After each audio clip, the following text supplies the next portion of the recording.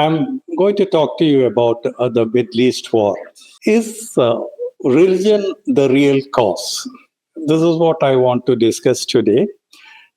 See, for decades, we have been told that the Middle East conflict is about territory, politics, oil, or security.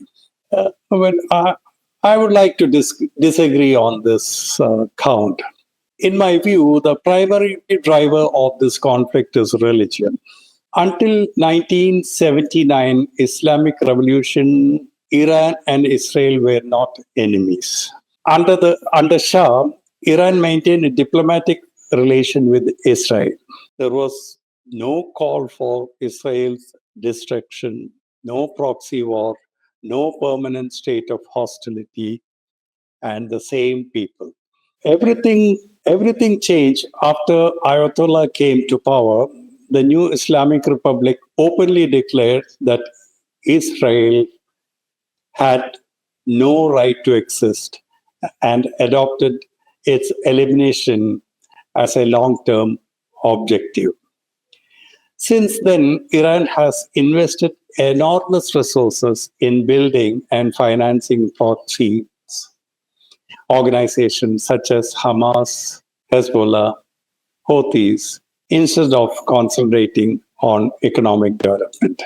See, unlike its Arab neighbors, Iran shares no border with Israel and has no territorial dispute with it.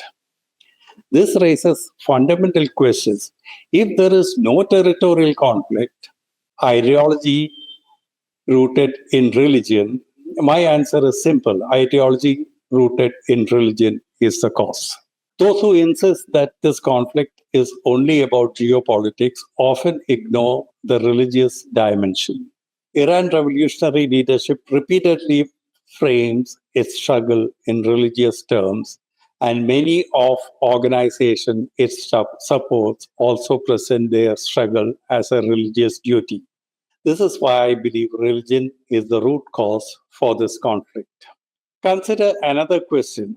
If this war is only about Israel or American foreign policy, why have threats reportedly extended to European leaders whose governments have not supported American military operation?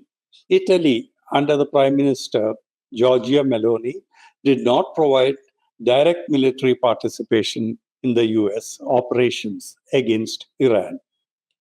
She didn't even allow Italian airspace. Like that, the United Kingdom also didn't support US. Yet such leaders still appeared in the Iranian hit list. They have not even left German Chancellor and French President Macron. And surprisingly, none of the GCC leaders are in the hit list. And the maximum number of attacks have been made on UAE and other GCC countries. In the case of UAE, they have made more than 2,500 attacks. What does all this suggest?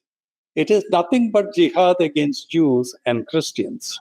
Western countries may not agree to this view openly because of their secular doctrine, but when it comes to brass tacks, it is turning out to be a war against Christians and Jews. The war has also expanded beyond Israel. Instead of limiting the conflict to military targets, Iran has repeatedly targeted international shipping, disrupting one of the world's busiest maritime routes. Commercial vessels belonging to many countries have been affected, increasing global shipping costs and threatening energy supplies. The United States made serious strategic mistakes, opening another major conflict before resolving the war in Ukraine has stretched its strategic focus. It underestimated the nature of asymmetric warfare and entered the conflict without clearly defining what victory would actually look like. War without clearly defined objectives often become prolonged and costly. Today, no sides can convincingly claim victory. The region remains unstable, global trade continues to suffer, and innocent civilians continue to pay the highest price. So how this war can be stopped? There is no longer just Israel's or it is this is no longer just Israel's or US problem. China depends heavily on Middle East energy. Russia's trade is affected. Europe faces supply chain disruption. India, being the fastest growing economy in the world, also has a major stake in uninterrupted flow of oil through this region. The consequences are global. So unless China, Russia, and India step in and say enough is enough to Iran and Israel and find a peaceful solution to both parties that may appear face saving in nature. Thank you. With more videos, I'll be with you later.